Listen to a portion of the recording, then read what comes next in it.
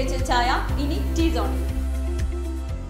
വിദ്യാർത്ഥികൾക്ക് പല കാര്യങ്ങളിലും ഒത്താശ ചെയ്തു കൊടുക്കുന്നത് സ്കൂളിനടുത്തുള്ള വ്യാപാര സ്ഥാപനങ്ങളാണെന്ന് GHSS ഹയർ സെക്കൻഡറി പ്രധാനാധ്യാപകന്റെ വെളിപ്പെടുത്തൽ പബ്ലിക് കേരളയോട്.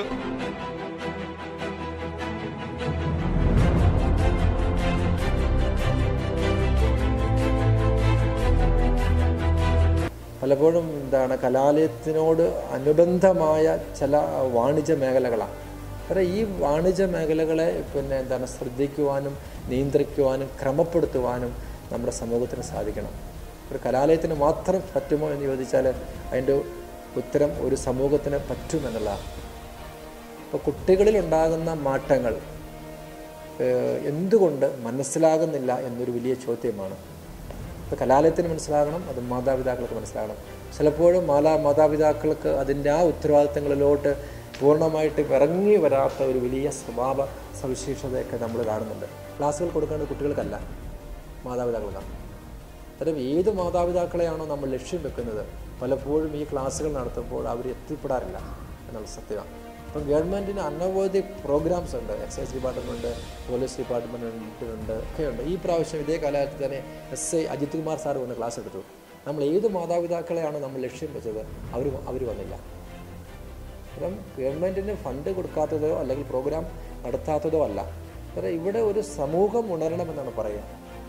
സമൂഹം ഉത്തരവാദിത്ത ബോധത്തോടെ ഉണരണം. ഇപ്പം മാഫിയ ഉണ്ടോ എന്ന് ചോദിച്ചാൽ ഈ ലഹരി മാഫിയ വളരെ ശക്തമാണ്.